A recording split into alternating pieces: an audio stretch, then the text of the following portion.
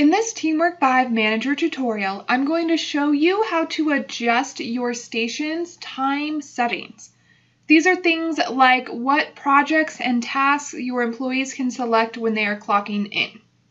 To do that, go to your top menu bar and click on Teamwork. Again, you do need enterprise permission to change any of this information.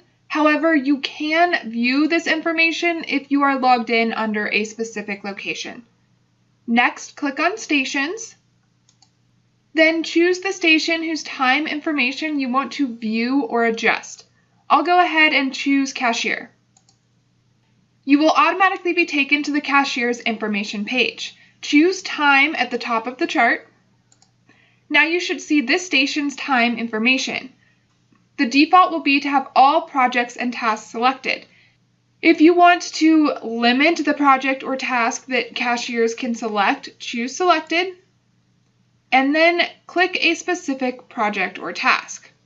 We'll say something like Setup for the day. If I want this to be the only project or task that my employee can select, I would choose Save. I don't, so I'm going to go ahead and change that back to All. You can also set a default project or task. If I click on this arrow, maybe I want that setup for the day to be the default, but the employee can also change it. I'll go ahead and choose this one, and now that is my default. Next, I have the activities that this employee can choose from. Right now, all activities are selected again.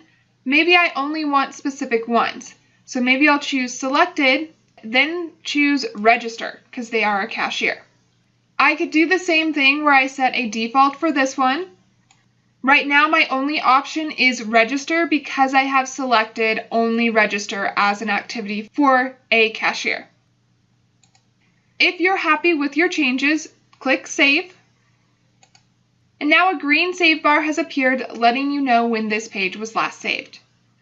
That's how you can view and adjust your employees' time settings.